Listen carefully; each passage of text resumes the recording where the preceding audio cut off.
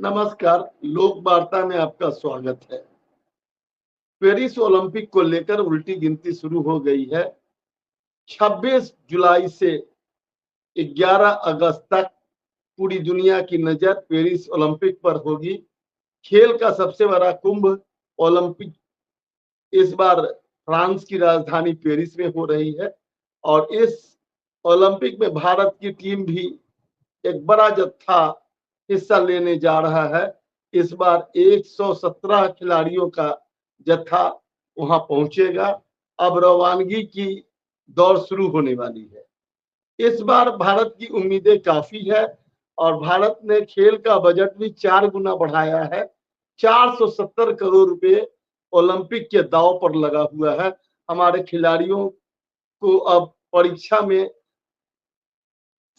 अपना प्रदर्शन से यह तय करना होगा कि उनके लिए जो साधन का रोना रोया जाता था वह उसकी पूर्ति के बाद उनका प्रदर्शन कैसा रहता है।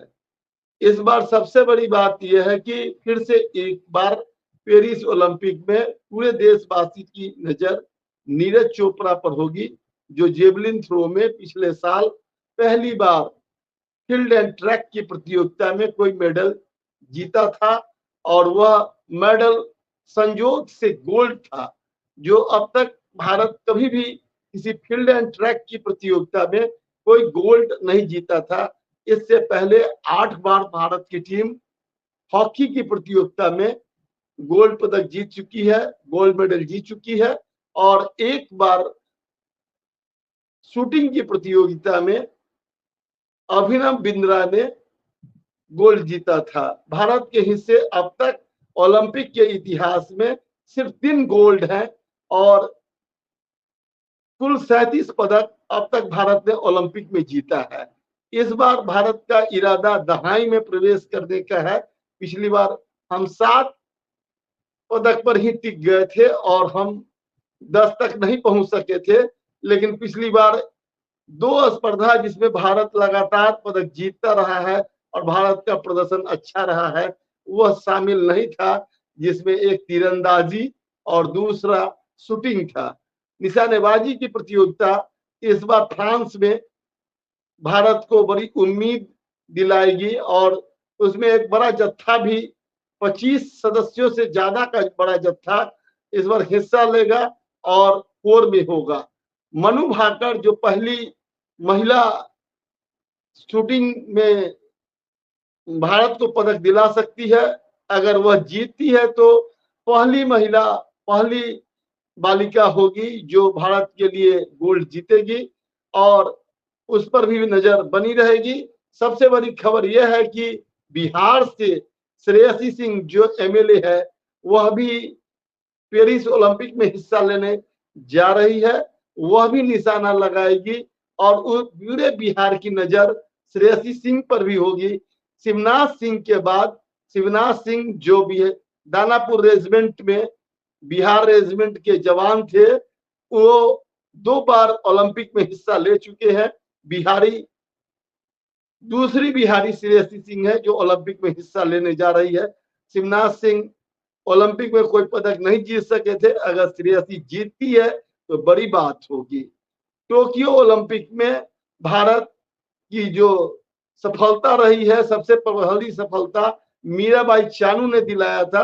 मीराबाई चानू इस बार भी वेट लिफ्टिंग की प्रतियोगिता में अपना प्रदर्शन और भी सुधारते हुए गोल्ड की उम्मीद को लेकर जा रही है और पूरे देशवासी की उम्मीद है कि मीराबाई चानू भारत के लिए गोल्ड जीतेगी और भारत का मान सम्मान बढ़ाएगी।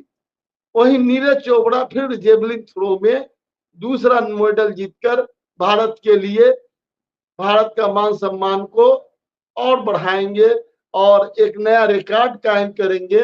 वैसे इस बार काफी कठिन चुनौती उनको विदेशी खिलाड़ियों से मिल सकती है, फिर भी उम्मीदें बनी हुई है और जो प्रदर्शन अब तक नीरज चोपड़ा का बना हुआ है उसमें उम्मीद बनी हुई है।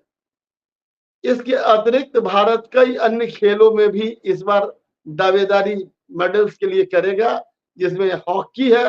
हॉकी की भी तैयारी भारत की बहुत अच्छी है। मेंस हॉकी टीम से उम्मीद की जा रही है कि वो गोल्ड या सिल्वर पेरिस ओलंपिक में जरूर जीतेगी और हरमनप्रीत सिंह के नेतृत्व में भारत पेरिस ओलंपिक में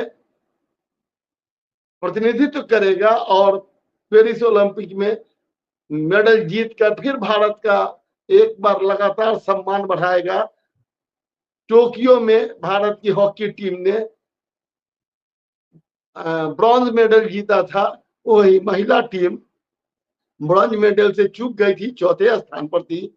लेकिन इस बार महिला हॉकी टीम जिसने काफी सुर्खियां बटोरी थी, काफी लोगों का दिल जीता था, वह क्वालिफाई नहीं करने के कारण अंतिम क्वालिफाइंग मैच में जापान से 1 गोल से हार जाने के कारण पेरिस नहीं जा रही है। यह एक दुर्भाग्यपूर्ण खबर है, एक भारतीय लोगों के लिए निराशा की खबर है। फिर भी उम्मीद है कि अगली बार भारत का परचम महिला टीम फहराएगी। बैडमिंटन में, लॉन टेनिस में, टेबल टेनिस में भी उम्मीद है कि इस बार भारत पदक जीतेगा और सात्विक रेड्डी और चिराग शेट्टी की जोड़ी भारत के लिए पहला पदक ओलंपिक में इस बार दिलाएगी, इसका उम्मीद किया जा रहा है। वैसे पीवी सिंधु लगातार तीसरी बार भारत के लिए पदक जीतने वाली पहली शटलर हो सकती है और पीवी सिंधु लगातार टोक्यो से पहले रियो में भी सिल्वर मेडल जीता था, टोक्यो में भी जीता और इस बार पेरिस में वह अपना भाग्य आजमाने जा रही है। वह ध्वजवाहक भी होगी उद्घाटन समारोह में भारतीय टीम की। उसके साथ टेबल टेनिस के खिलाड़ी शरद कमल होंगे, जो सबसे उम्रदराज टेबल टेनिस के खिलाड़ी हैं, जिनसे इस बार उम्मीद है कि टेबल टेनिस में भारत को कोई पदक मिल सके। कुश्ती और मुक्केबाजी में भी कई उम्मीदें हैं और लगातार भारतीय टीम को लेकर उम्मीदों का दौर जारी है और भारत की टीम बेहतर करे, इसके लिए जगह जगह प्रार्थनाएं हो रही है। शेष अगले अंक में। बहुत बहुत धन्यवाद।